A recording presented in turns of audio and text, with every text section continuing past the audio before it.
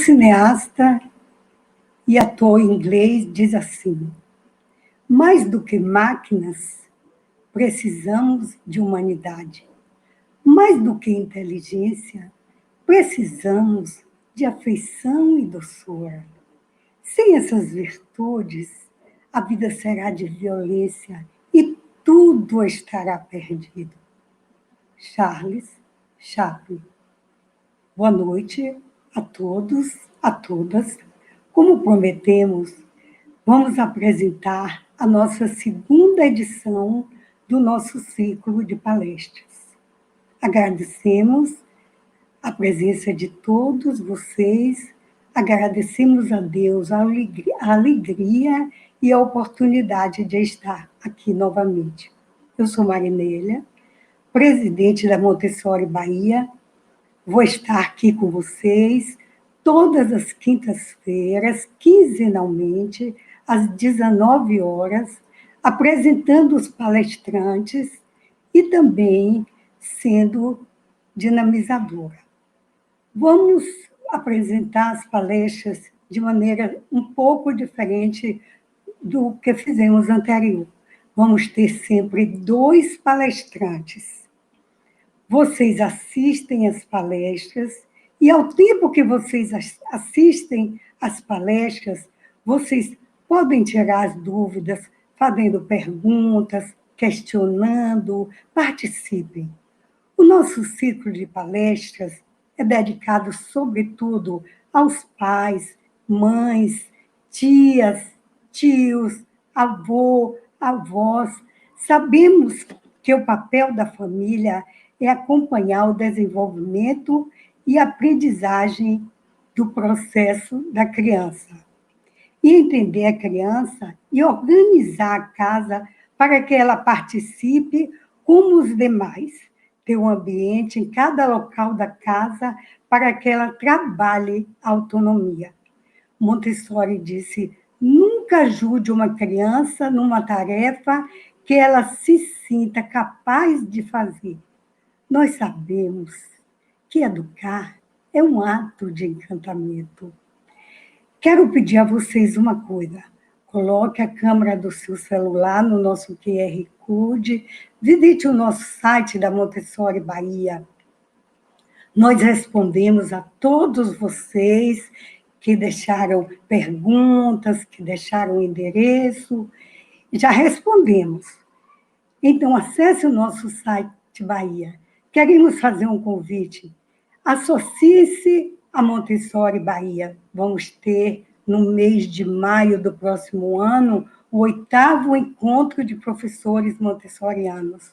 Vamos ter oficinas, palestras, vamos ter um palestrante do México, o Ângelo Alfonso, e queremos a participação de todos vocês. Juntem-se a nós. Nós agora vamos saber agora sobre as nossas palestrantes. Marcela Azevedo Prado de Abreu Carvalho é brasileira, graduada em pedagogia, pós-graduada em educação infantil pela Unesp e agora está finalizando o seu mestrado em educação voltado para o ensino fundamental. Trabalha como professora em escolas internacionais há mais de 20 anos e atualmente leciona em uma escola Montessori em Tindau, em uma cidade bonita, com mais de 1 milhão de habitantes, e nós vamos ter a alegria de ter a Marcela falando diretamente de Tindau. Nós sabemos que lá tem um fuso horário de 11 horas. E nós temos Simone Tartucci, é graduada em pedagogia, mestre em habitação, planejamento e tecnologia pelo IPT, graduada em arquitetura e urbanismo, artes plásticas, especialista em neuroaprendizagem e psicopedagogia.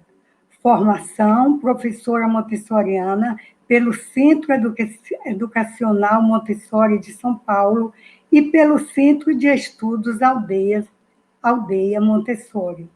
É diretora da Usina Pedagógica Escola de Educação Infantil Montessori. Falarão com o tema Liberdade de Escolhas nas Salas de Idades Mistas. Simone Tartucci abordará de 0 a 5 anos. E Marcela, de 6 a 9 anos. Esperamos que vocês tenham momentos prazerosos e ricos em aprendizagem. Então, queremos convidar Marcela e Simone Tartucci. A emoção é muito grande estar com vocês aqui nesta noite. Prazer é nosso. Prazer é nosso, Marinélia. Muito obrigada. Então, acho que boa noite para todos. É um prazer enorme dividir a tela com a Marcela, com a Marinélia, e é um prazer. Eu agradeço o convite da Montessori Bahia, que realmente nos acolhe como uma família. E é assim que eu me sinto aqui, acolhida como uma família. E hoje, para falar de família, estou me sentindo quando a gente vai lá no quintal de casa e bate um papo entre amigos, é isso que eu estou sentindo hoje. Com muito orgulho de falar com a Marinelle e com a Marcela, mesmo que distantes, né? Cada uma aí no seu quintalzinho de casa, mas num grande sofá da Montessori Bahia. A gente discutir um pouco sobre o tema, e esse tema é um que aparece muito para a gente quando a gente apresenta a escola, eu acho que é um questionamento que vem à tona sempre, né? Que é idades mistas, a sala de idades mistas e a livre escolha. Então, a nossa pretensão aqui é bater esse papo sobre este assunto e tentar aumentar aí o nosso repertório de conhecimento em cima dessas questões. Eu vou convidar vocês para a gente fazer uma reflexãozinha aqui junto, para a gente caminhar aqui, para chegar onde Montessori nos levou a escolher, então, numa escola montessoriana, ser uma coisa importante, que é essas duas grandes condições para que uma escola Montessori seja realmente montessoriana. É a livre escolha e as salas de idades mistas. A filosofia Montessori, ela está pautada em 3 grandes eixos, né? A autoeducação, a educação cósmica e a educação como ciência. É nessa filosofia que a Montessori sistematizou o método dela, criando, então, áreas dentro desse ambiente. Então, vida prática, sensorial, conhecimento de mundo, linguagem e matemática. Essa sala, que tem todo esse currículo, que está ali, concretamente colocado nas prateleiras, ao alcance das crianças, ela é nesse ambiente que a criança vai ter o seu protagonismo. Então, como é que acontece isso? Como é que a criança aprende nessa sala? Essa sala, então, esta escola, eu vou ampliar porque não é só a sala, é a escola, é esse espaço arquitetônico. Quando a gente entra numa escola montessoriana, a gente já percebe, né, o acolhimento, a forma com que os materiais estão dispostos, a gente já sabe como que a diferença com as outras pedagogias. Então, é nesse espaço que a criança vai encontrar um lugar que promove, né, o movimento, a livre escolha, proporciona o desenvolvimento da autonomia, independência, onde eu encontro idades mistas e a liberdade de escolha. Para que a gente entenda isso, eu vou chamar aqui, como é que a gente consegue chegar nesse conhecimento? Como é que a criança vai lá na liberdade de escolha, na autonomia, curtindo a sua independência? Como é que a gente chega nisso? Então, eu vou usar uma palavrinha aqui para a gente resumir o ponto de partida. É o desejo. A criança precisa desejar. E o desejo, ele não nasce, eu não entro aqui na sala Montessori e amanhã eu quero fazer tudo, eu sei o que fazer. Não, são conquistas. Como é que a gente faz essas conquistas? A partir do meu desejo, e o desejo é importante, por quê? Porque o desejo é o desejo de saber ou de não saber. É o conhecimento que eu vou acumulando, que eu vou me transformando. Para que a criança, então, fique à vontade nesse ambiente e que seja um ser desejante, a gente precisa propiciar para ela vínculos. Então, o ambiente Montessori, a criança usa esse ambiente para criar esses vínculos. E o vínculo acontece como? No adulto, quando a gente fala de ambiente, eu quero dizer para vocês que é todo esse espaço, seja ele físico, seja o professor, seja os amigos da sala. É esse ambiente que eu vou ver as minhas experiências.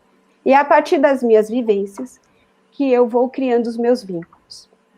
Na hora que eu crio esse vínculo, eu estou confiante. E a confiança é o que move, o que motiva o meu desejo.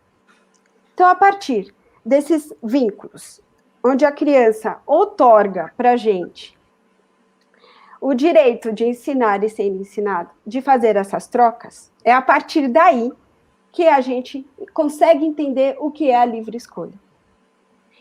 A criança, nesse momento, eu vou usar até um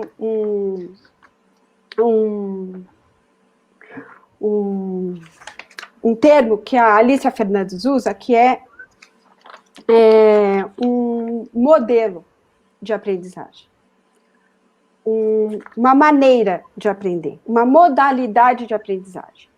A criança, então, é livre para escolher o que ela tem o desejo, ou que ela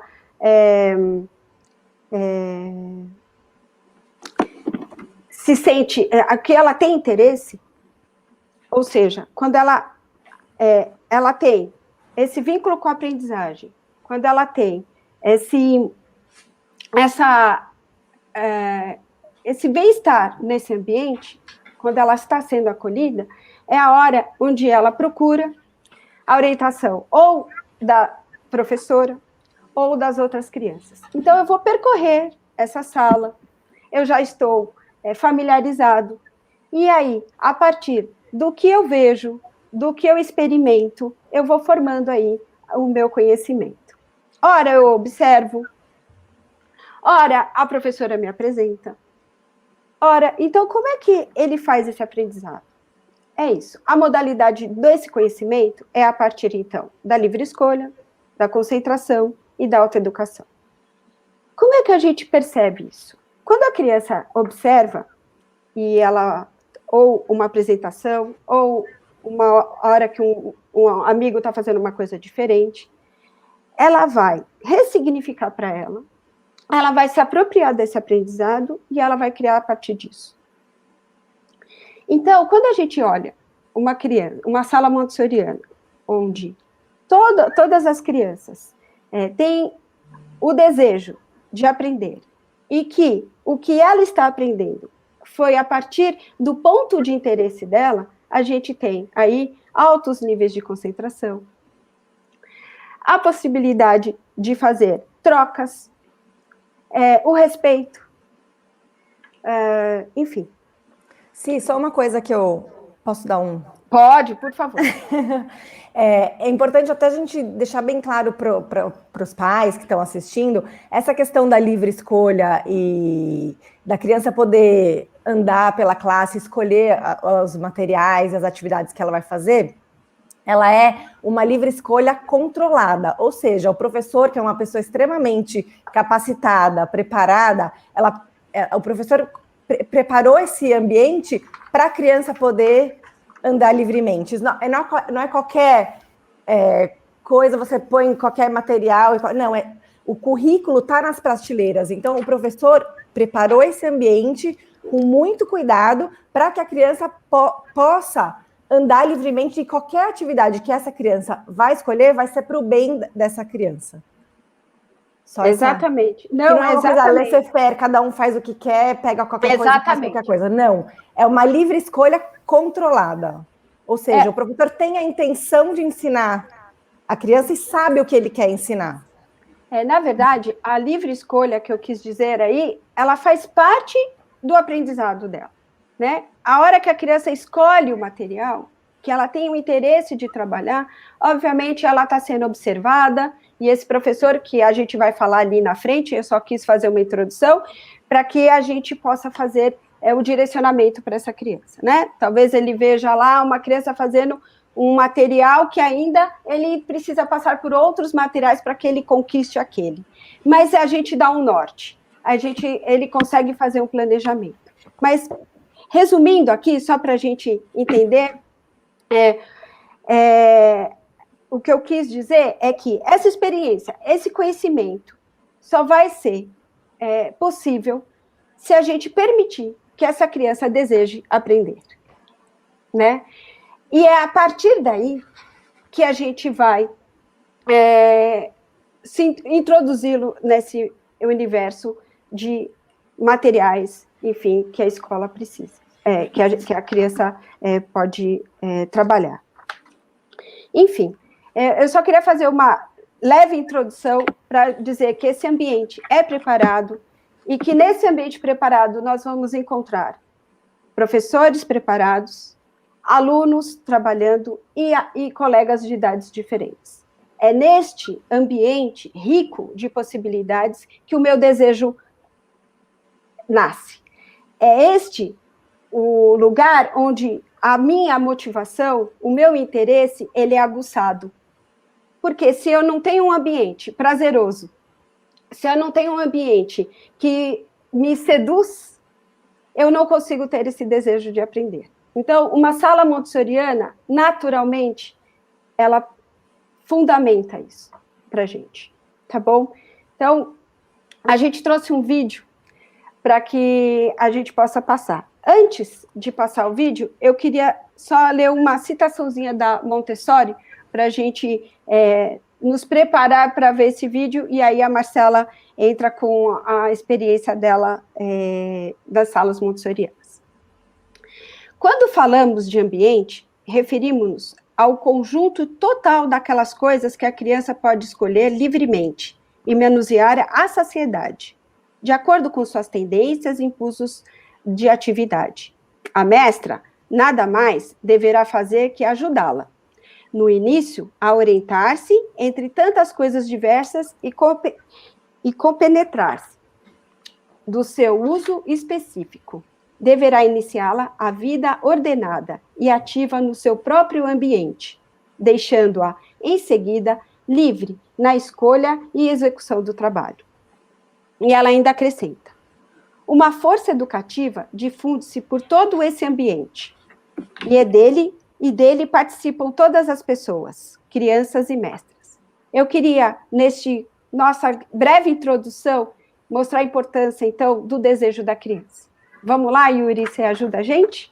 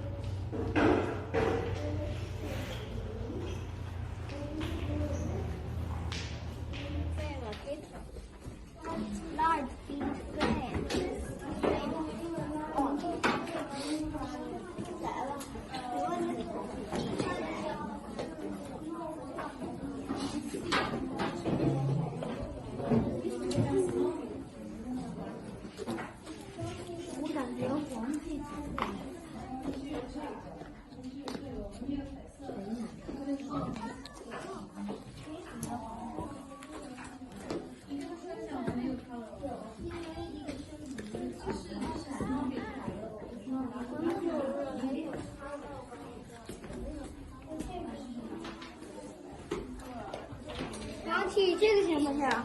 这个他对没颜色。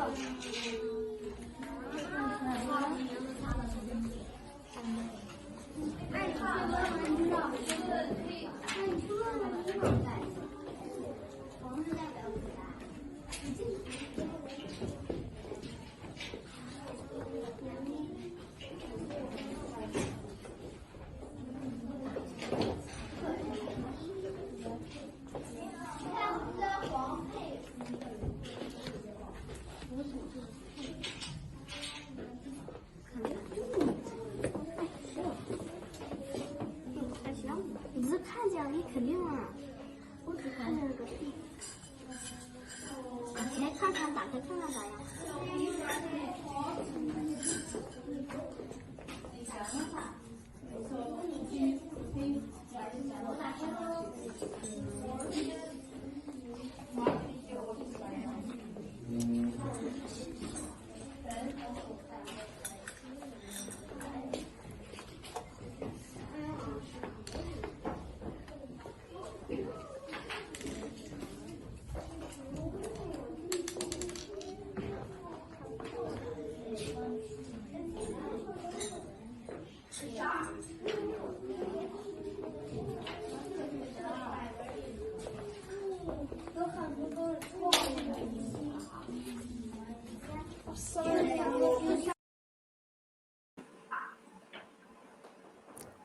？Bom.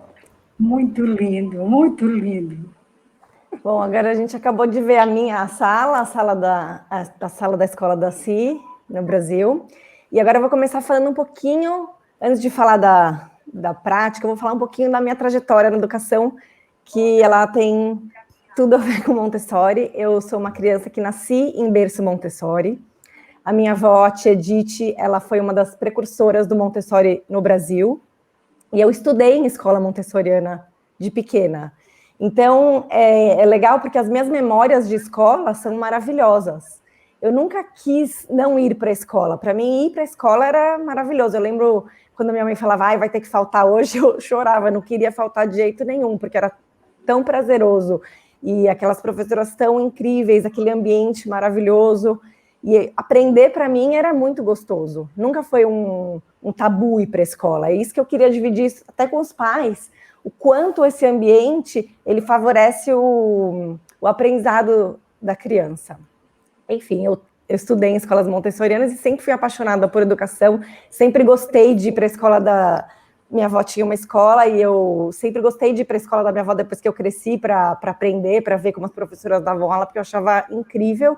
E aos 17 anos, a minha avó, ela fez o curso com a Selma Perry, que na época era a diretora do Seton Montessori Training em Chicago, e eu fui para lá para fazer o curso Montessori, fiquei um pouco lá, aprendi, fiz estágio lá, e voltei e comecei a trabalhar na Tiptoe, Alphaville Montessori School, e foi lá que eu conheci a Si, e por lá eu trabalhei 12 anos, comecei cedo, e... Enfim, depois desses 12 anos, eu quis também aprender um pouco sobre outras abordagens, né? Porque até então, o que eu conhecia era o Montessori. Eu quis saber como é que era e fui trabalhar em outras escolas internacionais e conhecer outras abordagens educacionais. E foi muito, muito proveitoso, foi muito bacana. E hoje eu voltei para o Montessori, que é realmente a minha paixão. E o que eu mais sentia falta, porque eu acho que a questão do profissional, né, do educador, quando você é montessoriana, você vai ser montessoriana em qualquer lugar que você estiver, independente da escola ser montessoriana, porque o Montessori está aqui dentro, né? Apesar de você precisar dos materiais e você faz material. Mas o que eu mais sentia falta, mesmo nas escolas que não eram montessorianas, era justamente dessa classe de idades mistas. Porque o ganho que você tem juntando crianças de idades diferentes é absurdo, é gigante. Né? Se você parar para pensar que as crianças, se você vai num clube, ou mesmo na sua casa, ou num parquinho, você não separa as crianças por idade, você não fala, as crianças de 5 anos vão para o escorregador, as crianças de 6 anos vão para a balança. Né? Não existe isso. O único lugar que se separam idades é na escola, infelizmente, porque é um ganho, é uma troca absurda. Então, apesar de eu sempre ter esse coração montessoriano e conseguir fazer muitos materiais, mesmo em outras escolas que não fossem montessorianas, o que eu mais sentia falta justamente era dessa troca de idades mistas. Hoje eu estou no Montessori de volta, num novo desafio que é de 6 a 9 anos, e estou super feliz. E a primeira vez que eu voltei para a sala Montessori, quando eu vi as crianças, quando eu vi, me deu até vontade de chorar, fiquei até emocionada, porque assim, é maravilhoso realmente você ver a diferença, essa harmonia que existe entre as crianças, entre o ambiente, essa coisa dessa educação realmente para pais, onde os mais velhos, eles se tornam exemplos, né, para essas crianças mais novas, e como essa troca é maravilhosa. A gente estava conversando, que eu falei para si da questão da livre escolha com limites, né? Que as pessoas ficam... Porque, como assim? É contraditório, livre escolha com limites.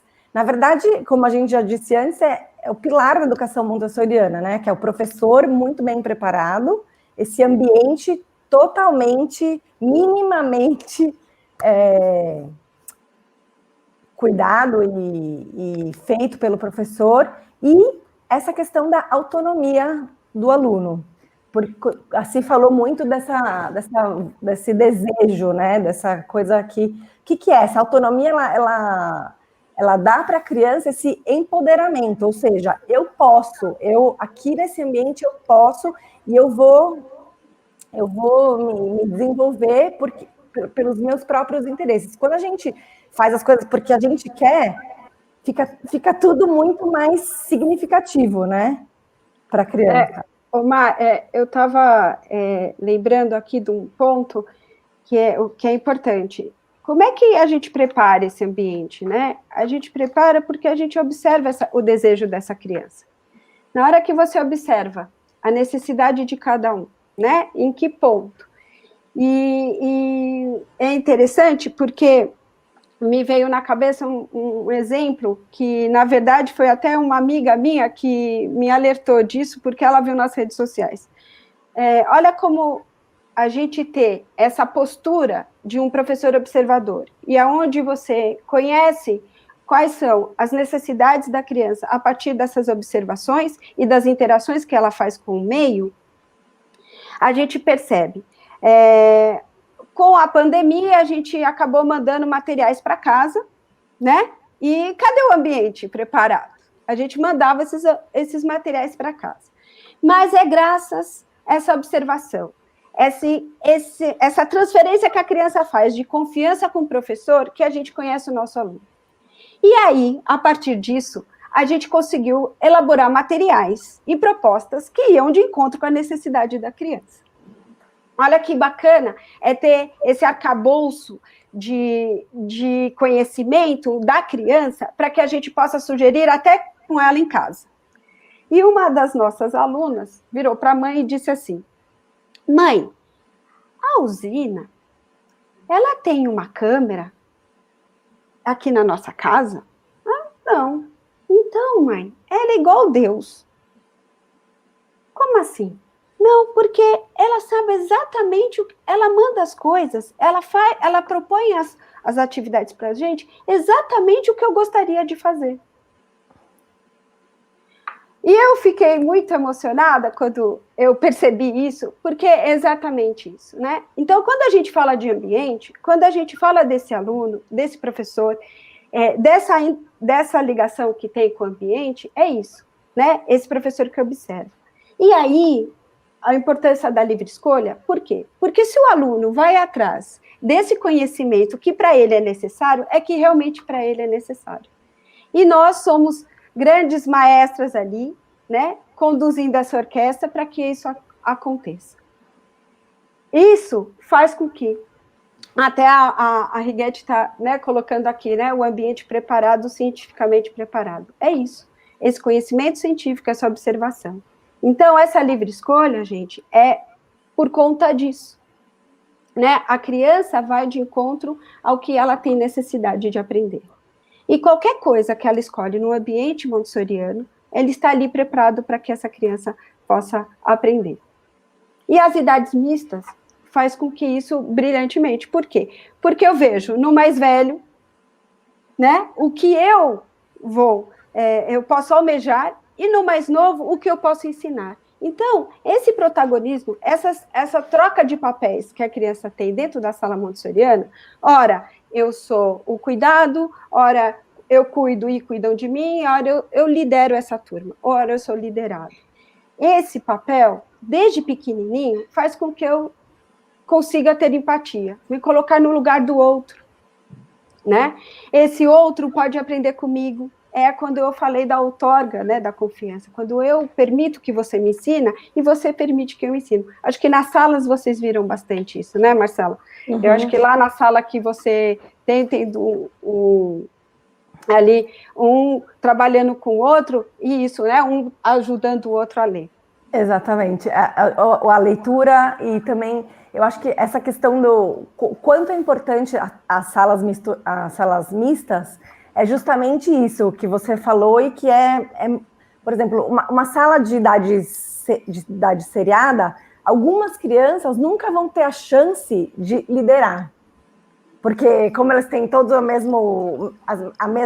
mesma idade e podem não ser tão outspoken, né? Tipo, tão, como é que fala? Assim, expansivos ou até confiantes, eles nunca vão ter a chance de se expor no ambiente onde todas as crianças têm a mesma idade. O que vai acabar acontecendo é que uma criança vai ser sempre a líder, a outra criança vai ser sempre a liderada, e vai ter aquelas crianças que ficam no meio.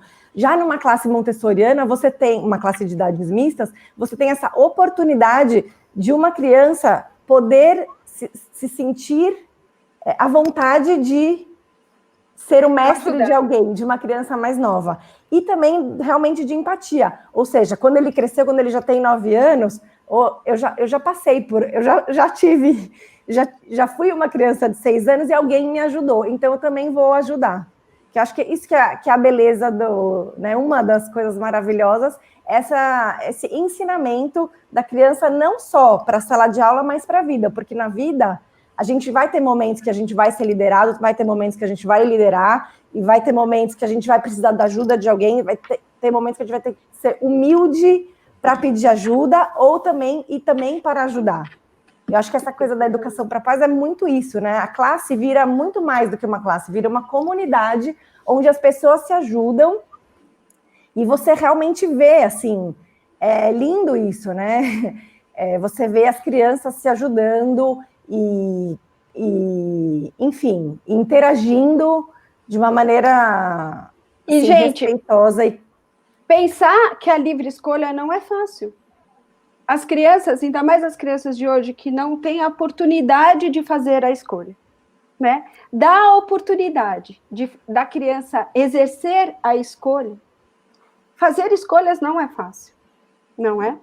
Então, mesmo quando você faz a escolha de um material, mesmo que você ajude, esse momento, eu preciso de 2 coisas importantes, né? Independência e autonomia. Então, a livre escolha, ela está atrelada a muitas coisas. Para que eu possa escolher, né? Eu preciso ter a liberdade de escolher, eu preciso ter independência para escolher, e autonomia para poder ou pedir ajuda ou fazer. Essas 3 coisas andam juntas na sala montessoriana. E elas não nascem, elas são... A gente aprende por experiência. Exatamente. Então, eu brinco assim, né? Com os pais. O Brasil se tornou independente, né? Mas ele não era autônomo. Ele ainda precisava de ajuda de fora para que alcançasse a sua autonomia. Então, acho que o ambiente montessoriano, quando a gente proporciona para que a criança exerça essa escolha, e lá na frente, né, vai ser um adulto que vai saber fazer as suas escolhas e vai arcar com as suas escolhas, não é? Às vezes eu fui lá, eu peguei e engraxar o sapato. Achei que estava fácil, porque o meu amigo lá, mais velho, estava fazendo isso tirando de letra. Mas aí eu fui ver que realmente dá muito trabalho engraxar o sapato. Mas eu preciso ir até o final, é minha responsabilidade terminar o meu trabalho. E aí, o prazer da conquista. não é? Isso que é mais legal. Poxa, eu escolhi o meu trabalho, eu consegui fazer e realizar sozinho. Na comunidade que a gente tem hoje, as crianças estão escolhendo pouco, estão conseguindo fazer poucas conquistas. E o prazer da conquista faz com que me mova, que eu tenha condições de buscar uma coisa até mais difícil. Outra então, coisa a assim gente... também... Oi. Que essa questão de... Quando uma criança, ela aprendeu, ela fez o material, ela mastered a atividade, e daí é incrível que quando ela vai, de repente, apresentar esse material para uma criança mais nova, que ela percebe, às vezes, que, opa, acho que eu não peguei, porque quando você ensina, é que você realmente vê o quanto você entendeu aquele... Então, eu já tive crianças que foram... eu vou apresentar esse material para uma criança mais nova, porque eles gostam também dessa responsabilidade, né? Eles se sentem importantes, porque eles estão ajudando outra pessoa. E daí, no meio da apresentação, ele... não conseguiu, sabe? Olha a empatia. Eu presenciei uma vez uma criança que fez exatamente isso. E no meio da apresentação, ela esqueceu. E a criança que estava sendo apresentada, ela tinha observado do outro e ela ajudou. Eu acho que é assim, ó. Olha que bacana, né? Quando a gente consegue fazer com que a gente una essas necessidades e essa empatia, né? Eu não ser o soberano e eu posso errar. As habilidades para o futuro, Simone, né? Virgínia, Simone, Marcela, eu tenho várias perguntas já para vocês. Opa, então vamos entendendo? lá. Eu não sei se eu posso começar. Eu posso começar? Por favor. Eu quero dizer a Marcela e a Simone, de quando eu vi o vídeo de vocês, eu fiquei tão emocionada, parece que eu nunca tinha visto uma sala montessoriana. E eu já fui em vários países, já vi várias crianças trabalhando, mas a coisa é tão encantadora que você pensa que parecia que eu nunca vi, meus olhos estavam cheios de lágrimas de ver aquelas crianças chinesas, aquelas crianças brasileiras, aquelas salas agrupadas, que nós sabemos que ali existem diferentes conflitos, diferentes linguagens, toda a diferença, e dessas diferenças os indivíduos se buscam e se aproximam de todas essas diferenças. Quando eu vi aqueles materiais fantásticos, acho que eu nunca tinha visto aqueles materiais, que eles são belos, ricos, não é? Práticos, objetivos, prazerosos, e eu acho que eles estão assim pertinentes às crianças do século XXI. Eu fiquei muito encantada, parece que foi a primeira vez. Eu tenho várias perguntas aqui. A Marinela, eu só vou complementar uma coisa que me chamou a atenção nesse vídeo. A gente saiu do Brasil e foi para a China, e a concentração, e parecia que a gente estava no mesmo lugar, não é? Eram só escolas diferentes, mas o quanto que o ambiente, não importa que lugar do mundo que você esteja, e a criança é a criança, né? E ela absorve isso. E saber também que a gente tinha a oportunidade de ter Marcela da China, diretamente da China, com 11 horas, agora está amanhecendo o dia lá na China, não é, Marcela? Hoje eu acordei às 4 da manhã, hein? Você mora numa cidade, à beira-mar, não é? Linda a cidade que você mora, muito linda. Então, eu fiquei muito emocionada de ver assim, esse trabalho das salas, da união. Então, eu tenho algumas perguntas aqui. Eu vou começar aqui. Como, a partir da livre escolha, o professor tem conhecimento do que o aluno já aprendeu ou não? Muito pertinente, porque é muito difícil o trabalho de livre escolha. Na verdade, é muito difícil. Então, aí, qualquer uma das duas pode responder. O trabalho do professor é esse, né? Preparar o ambiente, orientar, guiar essa criança e deixar que ele trabalhe, que ele faça livre escolha. Mas, o nosso trabalho está pautado na observação, né? Como é que eu vou saber como é que essa criança está? Então, uma prática do professor montessoriano é observar.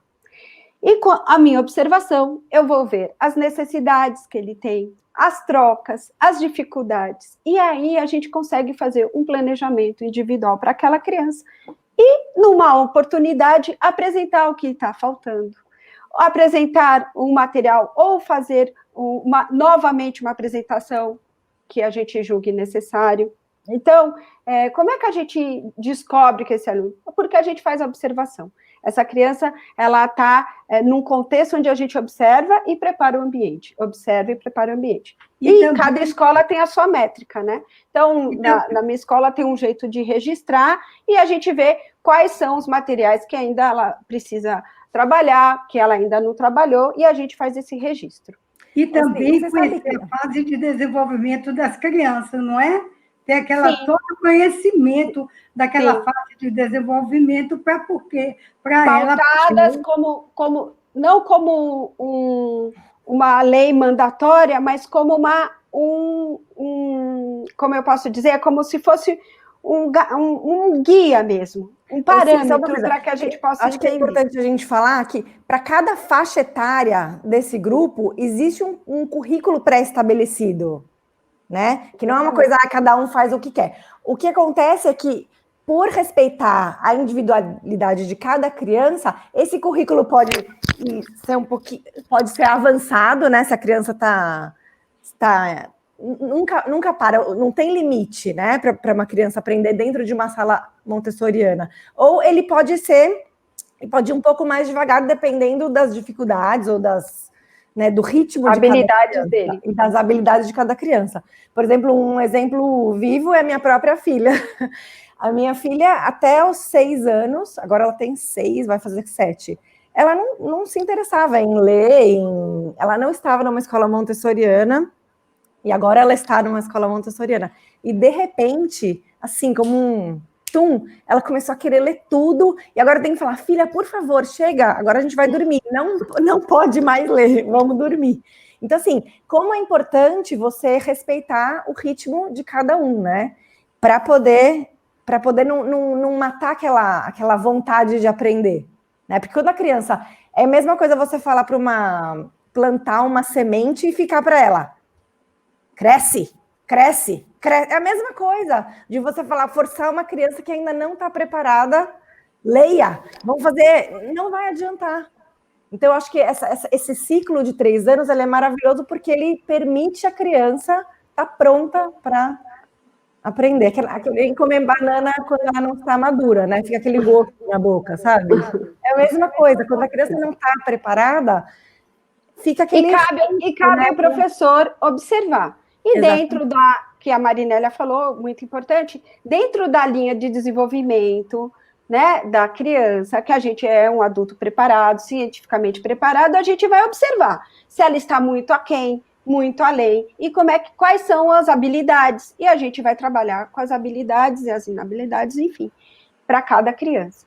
Ela está sendo cuidada, ela está sendo observada, ela não está ali solta no ambiente.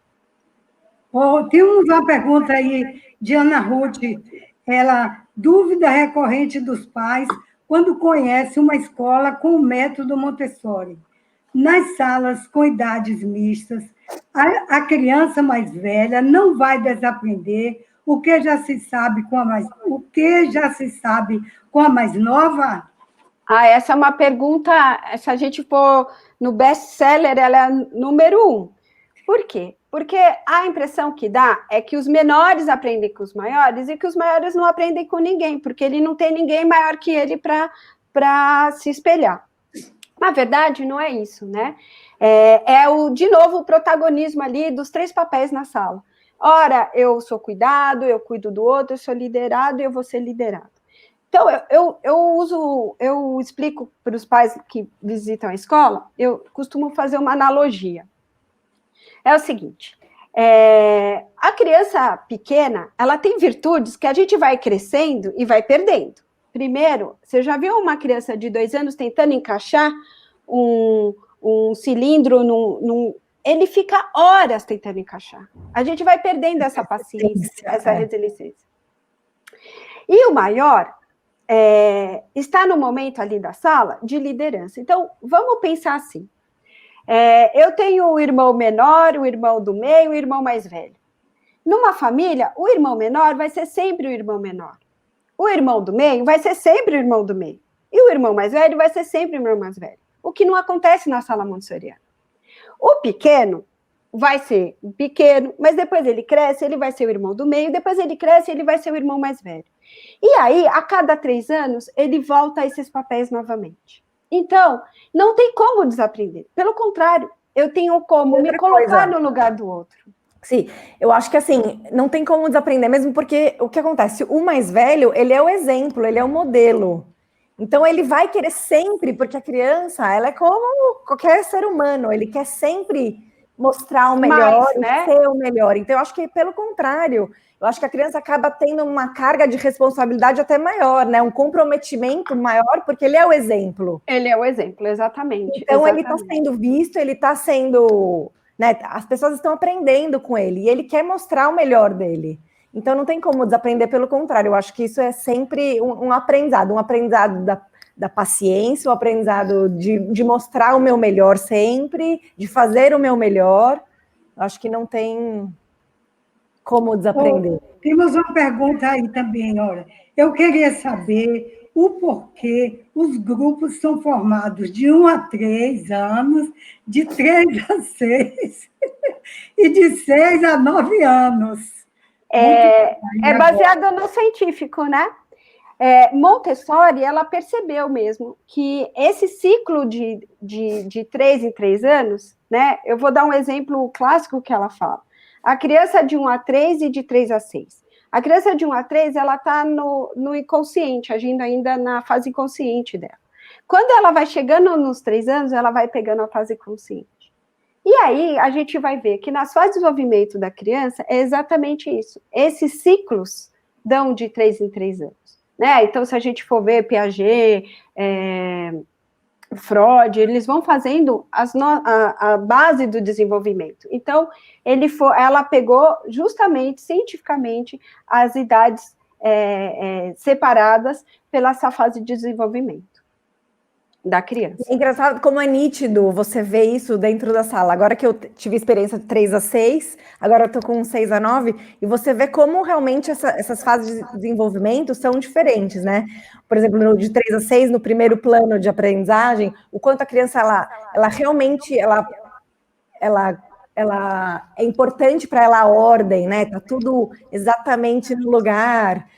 E essa coisa, e de repente no segundo plano de desenvolvimento, que é de 6 a 9, o quanto de repente a ordem acaba aqui ficando em segundo plano. E agora é a socialização. Exatamente. Como eles querem desenvolver essa independência intelectual mesmo, né? Como você vê assim, como eles estão eager, como é que fala eager? Eles estão sedentos, né, para mudar. Sedentos por conhecimento e por fazer, e incansáveis. Você vê essa diferença, né, Simone, quem assistiu a palestra de Thalita, a primeira, como a criança aprende, então ela deu aquele bulbo que ela especifica todas aquelas fases de 0 a 3, de 3 a 6 e de 6 a 9. Está entendendo? Quem fez a pergunta, se quiser assim, maior detalhe, cientificamente assim mostrado, vai no Montessori Bahia, acessa aquela palestra de Thalita e ela tem toda aquela linha do tempo. Uma palestra falando sobre a linha do tempo, exatamente. Sobre a linha do tempo, porque essa fase de 0 a 3, de 3 a 6 e de 6 a 9, que foi muito boa. Deixa eu ver, Márcia Righetti aí. Marcela, que tipo de registro você usa para comprovar que o caminho que a criança escolheu está de acordo com o que ela precisa aprender? Muito bom, Márcia, a pergunta. Então, Márcia, aqui a gente tem, os alunos, eles definem as metas, né, de aprendizagem, junto com a professora, e a gente cria um plano pessoal para trabalhar.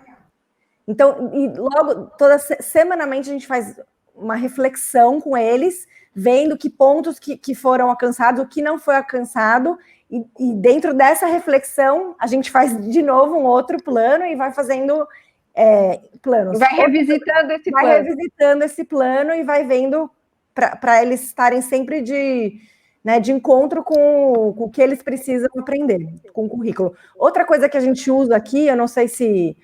tem um aplicativo, mas isso é uma ferramenta do professor, que chama Montessori Compass, que é um aplicativo que você também vai colocando as lições, vai agrupando as crianças e você consegue se organizar de uma maneira bem fácil, né?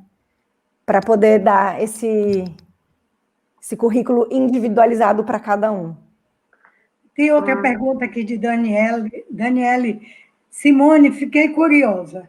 De que forma a tecnologia ou pode ser inserido no ambiente montessoriano? Bom, olha, você viu no meu vídeo, até tenho a criança fazendo uma pesquisa com o iPad. Eu acho que hoje em dia a gente não pode também esquecer a tecnologia, mas também não pode só usar isso, né? Como é importante, pelo menos numa classe de 6 a 9, você balancear isso. Eles precisam aprender também tecnologia. Então, assim, em vários momentos, a gente usa o iPad ou o computador para pesquisa, né? Mas de uma forma... Eu acho que vai depender também das fases de desenvolvimento da criança, Exatamente. Né? Então, numa turma até 6 anos, eu não vejo a necessidade ainda de usar o eletrônico, né? Uhum. Eu não vejo ainda, mesmo porque, gente, vamos pensar aqui, nós somos da era analógica, né? A gente é da era analógica. As crianças nossas hoje já estão nascendo na era digital. Né? Antigamente, a gente tinha uma preocupação, né? Na minha época ainda, a gente tinha que aprender datilografia, para poder saber digitar. Depois, a gente foi lá no caixa eletrônico. Minha avó não queria pagar de jeito nenhum, nenhuma conta no caixa eletrônico. Por quê? Porque, imagina, eu quero pagar lá na boca do caixa. Agora, as crianças, que caixa eletrônico? A gente vai lá no computador, no celular, a gente é digital. Então, assim, a tecnologia, ela está aí, faz parte do nosso dia a dia. A criança tem a tecnologia na casa, né? Em qualquer outro lugar. Na escola Montessori, é o que a Marcela falou. Eu não sou radical de pensar 880. E sim, quais são as necessidades que a gente vai incutindo dentro do período escolar?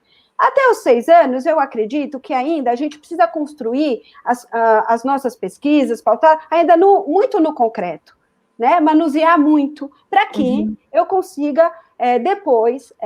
já no 6 a 9, onde a gente já começa a construir a nossa abstração, e aí sim, é uma fonte de pesquisa. Eu vou lá, pegar o livro, eu estou ali a 2 cliques da informação. O importante não é negar a tecnologia, é o que fazer com ela, né? O que eu faço com essa informação? Então, é importante a gente ressaltar que nas escolas, principalmente a educação infantil, eu acho que ainda a gente precisa perceber essa dimensão da tecnologia, né?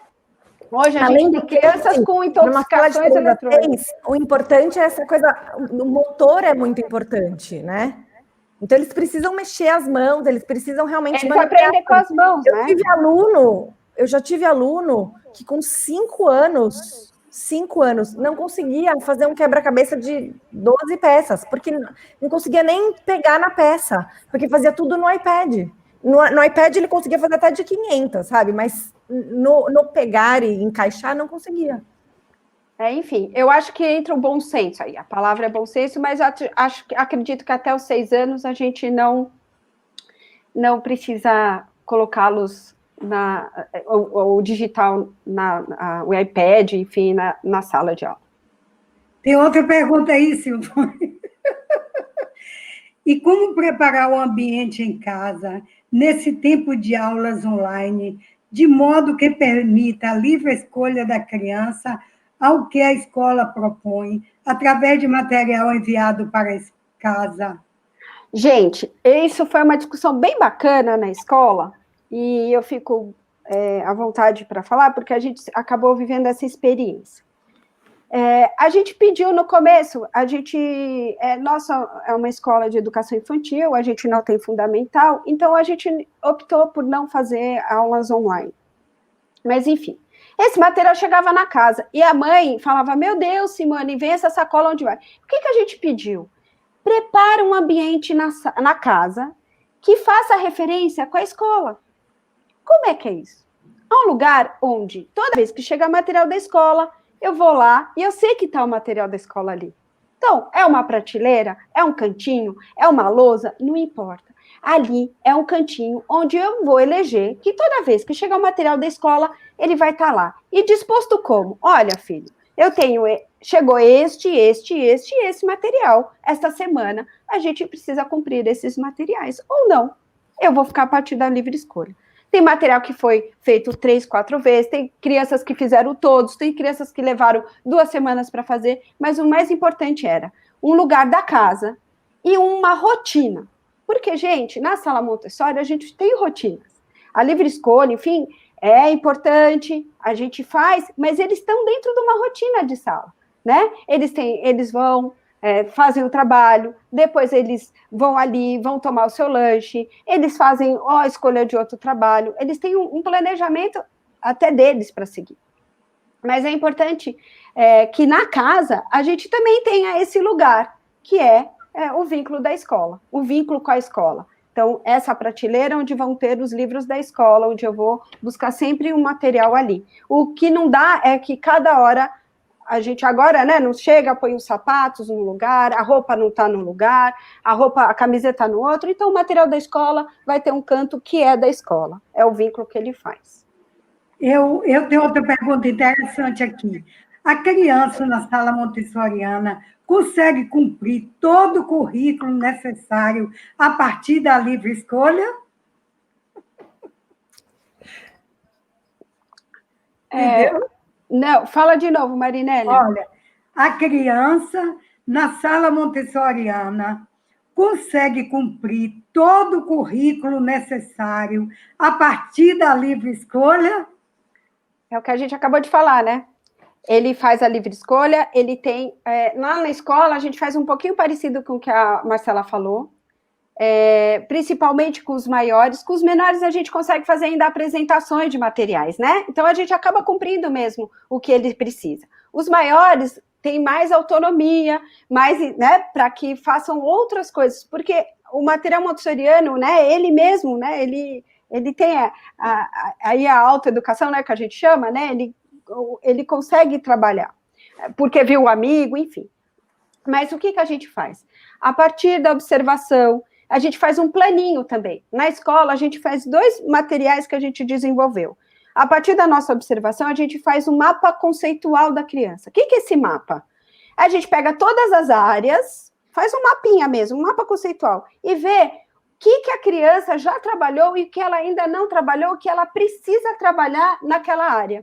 E quais são as habilidades disso? Ou se só uma outra coisa que eu queria falar, que assim, às vezes, tem coisas que a criança já sabe, já aprendeu em casa. Sim. Então, assim, a diferença de uma escola montessoriana para uma outra escola, de repente, é que ele não precisa revisitar o que ele já sabe, porque a partir da observação do professor, você consegue ir adiante, você não precisa ficar repetindo o que você já sabe.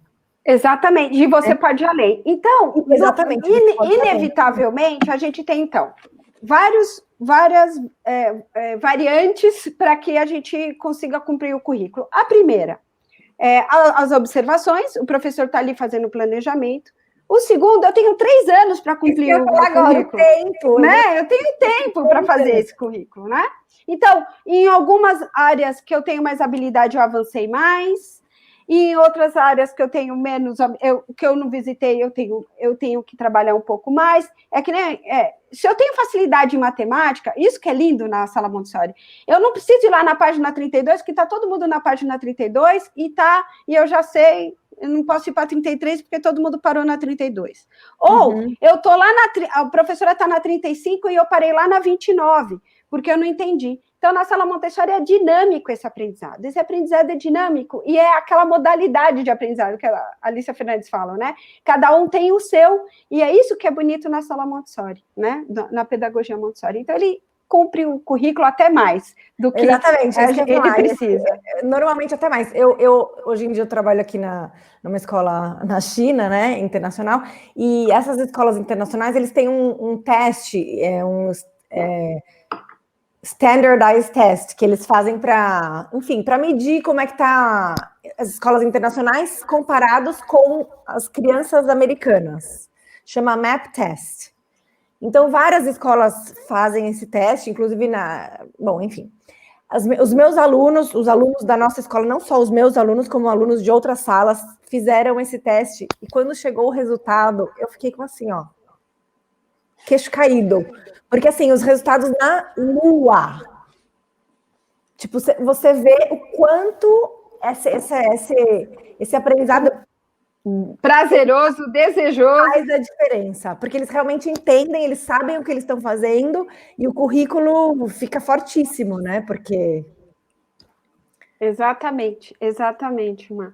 E eu lembrei de uma coisa, enfim, agora veio outra pergunta, eu não vou estender, vamos responder, depois eu volto. Como iniciar uma sala Montessori com crianças que não conhecem o método? Você diz uma criança entrar numa sala nova, é isso? É. Ah, tá. Isso é uma coisa também que é maravilhoso, porque como eu trabalhei nas duas, né, escolas Montessori e não Montessori, a beleza da classe montessoriana, do agrupamento das idades mistas, é que justamente você não tem 15 ou 20 crianças que são novas para aquela sala, né? Você tem, de uma classe de 18 crianças, você tem, vamos supor que 6 alunos novos que entraram, né? Que estão começando aquele ciclo, ou mesmo que sejam mais velhos, mas que estão entrando na escola nova. As outras 12 crianças já conhecem, já sabem como é que funciona. Acolhem essas crianças novas, né? Então fica uma coisa muito mais, essa adaptação de uma criança nova para uma sala montessoriana, fora que essa possibilidade de movimento, de livre escolha, isso é maravilhoso para uma criança. A criança vai criando vínculos. E o vínculo não é só com a professora, né? Exatamente. Ele vai criando vínculo com a professora, com o amigo, com o outro. Então, ele é muito acolhido, né? Eu tenho um exemplo tão lindo da sala de 1 a 3 anos. Entrou um aluninho bem novinho. Ele ainda tinha 1 ano, mas não andava. Ele entrou engatinhando. Todo mundo da sala engatinhou. Todas as crianças começaram a engatinhar. Olha, quer melhor boas-vindas que essa? Quer mais acolhimento? Então, eu acho que é isso, né? As próprias crianças fazem o acolhimento. Eles recebem. A mesma coisa que a Má falou, né? A gente tem salas e as crianças vão mudando, mas não muda todo mundo. Então, a sala de 3 a 6 sempre tem aluno de 3 anos chegando e aluno de 6 saindo. E esse aluno que chega, ele também é acolhido, ele é recebido, então os de 4 já vêm, já quer mostrar a sala, ele que mostra todas as regras da sala, onde está tudo. Então, isso é muito orgânico na sala montessoriana. É tão natural que não tem um... É só começar, né? Para você iniciar numa sala Montessori é só chegar. Por exemplo, eu dava aula de... Eu quero informar vocês mais que nós só vamos ter tempo para uma pergunta mais, ou 2 no máximo. Eu tenho uma pergunta aqui. Há materiais que devemos oferecer para a autoeducação das crianças? Entendeu? Não. Há materiais que devemos oferecer para a autoeducação das crianças? Acho que todos, né? A sala inteira, né? Veja que o material, ele mesmo tem... Montessori diz que o material é um professor que não castiga, não dá prêmios, mas ajuda o aluno a desafiar com ele, não é? E o aluno, ao terminar uma atividade, se ele acertou ou não... Então, não tem um professor que vai dizer você está certo ou você está errado, porque o próprio material corrige... Tem o controle do erro. Tem o controle do erro e corrige. Eu acho que o professor só deve interferir quando ele é chamado, requisitado, que ele tem que ali saber o que foi, o que é que ele pode ajudar. Para responder, Marinela... É observador. Para responder essa pergunta, eu vou pedir para o Yuri colocar para mim as fotos. As crianças usando o material, que aí as fotos falam... para as fotos. Vamos lá. Yuri, você consegue ajudar a gente? Aí a gente vai passando devagarinho e vai comentando. Aí, primeiro, né? O pequeno aprendendo com o grande, né? A cooperação. Pode passar, Yuri. Quando eu já me apropriei, já trabalhei com escada marrom, já trabalhei com cilindros, então eu me aproprio, eu começo a criar. Pode passar, por favor? A conquista, ao grande desafio aí, né? Então é o que a Marilena está falando. Na escola tradicional, a professora ia falar, para, que perigo, ele vai cair. Não sobe na cadeira, de jeito nenhum. Não sobe na cadeira. Próxima. Olha lá. Pode passar, aprendendo, e aqui, aí, ó. O nível de concentração. O material que me dá o controle do erro. E olha que legal, né? Esse material... Né? Ele é usado na classe de 3 a 6 e na classe de 6 a 9, mas com uma outra proposta totalmente diferente, que é da geometria e enfim, da matemática mais aprofundada. Mas o quê? Como ele já viu isso é uma coisa que já não é mais tão, né? Ele já conhece, ele já... familiarizado. Primeiro ele era um material sensorial e agora ele faz a função da geometria. Então, isso que é fantástico nas salas montessorianas e acho que responde a pergunta aí, Marinélia, né, do terceiro professor aí, que é o material montessoriano. Eu acho que a gente já está podendo... Já vai poder finalizar. É uma pena, foi tão rápido. Nossa, voou, hein, Marinélia? Marcela, tudo passa muito Agora eu vou rápido. Trabalhar, gente. Ainda vai trabalhar, Marcela ainda vai trabalhar. Então, eu comecei assim com a mensagem de Chaplin, sobre a humanidade, porque Montessori disse que a nova escola deve ser criada não para a ciência, mas a serviço da humanidade viva. E ela disse... A etapa mais importante é os 6 primeiros anos de vida. E esta etapa deu um nome especial de mente absorvente e disse: a criança, com sua mente, com essa mente, como uma esponja, vai tomar do ambiente tudo que encontra e, com isso, ela vai construir para sempre. Então, antes de agradecer a vocês, eu ainda vou agradecer a vocês. Eu deixo aqui o convite para o dia 26 de novembro, a palestra A Importância do Movimento, com Luciana Barros e Tereza Borg. Então, eu quero agradecer muito a Simone, a Marcela, eu não tenho palavras, só as flores. Para vocês, Marcela, só... Mesmo vou aí buscar. De coração, foi lindo o trabalho. Para vocês, as flores. Então, eu quero agradecer muito, muito, agradecer a todos os participantes e desejarmos, assim, uma noite prazerosa e de muita reflexão nessa aprendizagem da Montessori e para vocês as palavras finais. Para a Simone e para a Marcela. Eu tenho só que agradecer, acho que é sempre tão gostoso falar de Montessori, e falar de Montessori tão despretensiosamente, falar da nossa prática para os pais, né, que é uma delícia.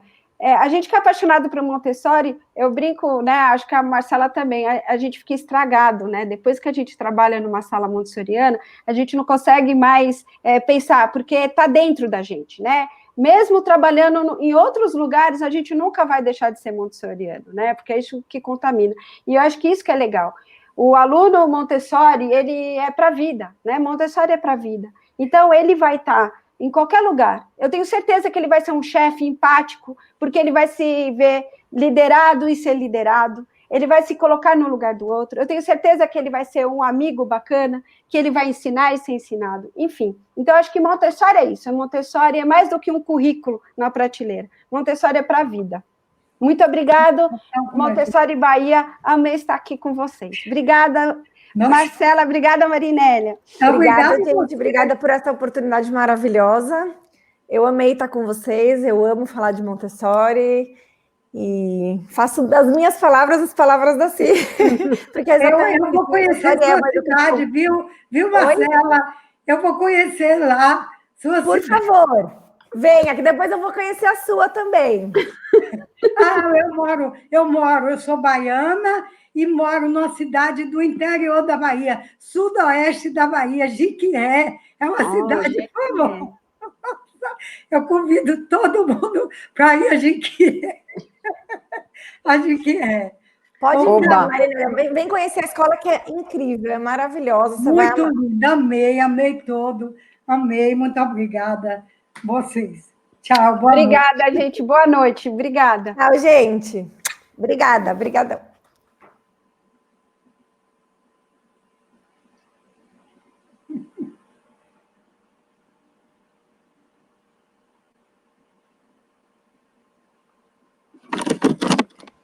Pessoal, estão aí?